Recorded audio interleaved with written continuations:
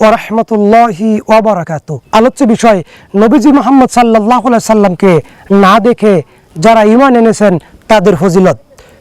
আমর ইবনুল আস রাদিয়াল্লাহু তাআলা আনহু যখন মৃত্যুকালীন সময় মৃত্যুর যন্ত্রণায় তিনি ছটফট করতেছেন, তখন তিনি দেওয়ালের দিকে মুখ ফিরিয়ে নৈরাশ হয়ে তিনি কাঁদতে লাগলেন।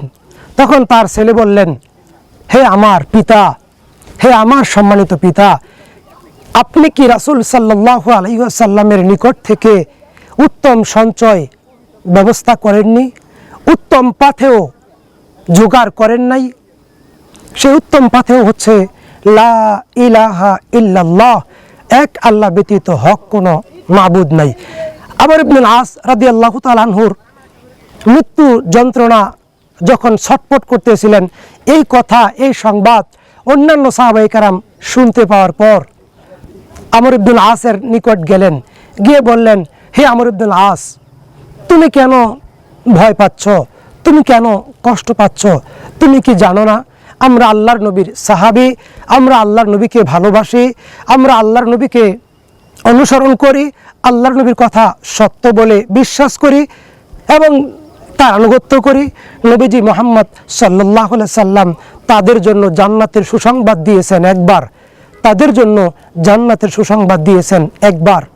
মুসনাদে আহমদের 17388 নম্বর হাদিস, ইবনে আব্বাস রাদিয়াল্লাহু তাআলা আনহু বলেন, রাসূল মুহাম্মদ সাল্লাল্লাহু আলাইহি ওয়াসাল্লামের নিকট দুই গোত্রের দুইজন লোক আসলেন বায়াত গ্রহণ করার জন্য, কালেমা পড়ার জন্য, ইসলাম কবুল করার জন্য। একজন কান্তা, আরেকজন মাজ্জাজ গোত্রের লোক। একজন কান্তা, আরেকজন মাজ্জাজ গোত্রের লোক।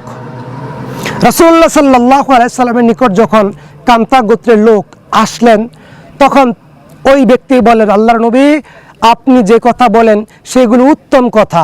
আল্লাহর নবী, আপনি যেই দাওয়াত দেন সেটা উত্তম দাওয়াত। আমরা আপনাকে সত্য নবী বলে মেনে নিয়েছি।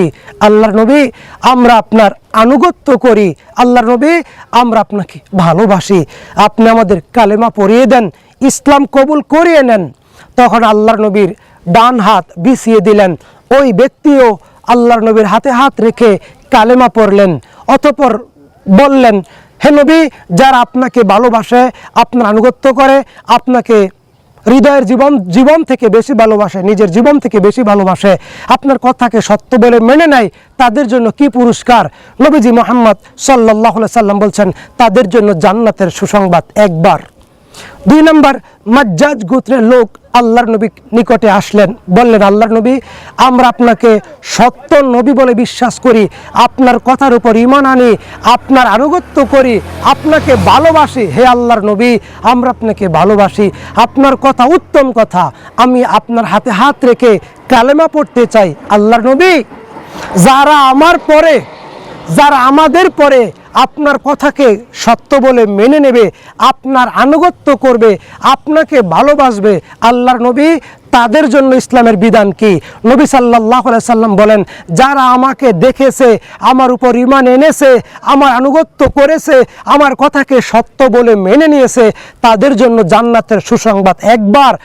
আর তোমরা আমার সাহাবী, যারা আমাদের পরে পৃথিবীতে আসবে, আমি নবীকে দেখে নাই, আমি নবীকে ভালোবেসেছে, আমার কথার উপর ঈমান এনেছে, আমাকে আনুগত্য করেছে, আমাকে সত্যবাদী নবী বলে বিশ্বাস করেছে, তাদের জন্য জান্নাতের সুসংবাদ 3 বার, তাদের জন্য জান্নাতের সুসংবাদ 3 বার, তাদের জন্য জান্নাতের সুসংবাদ 3 বার।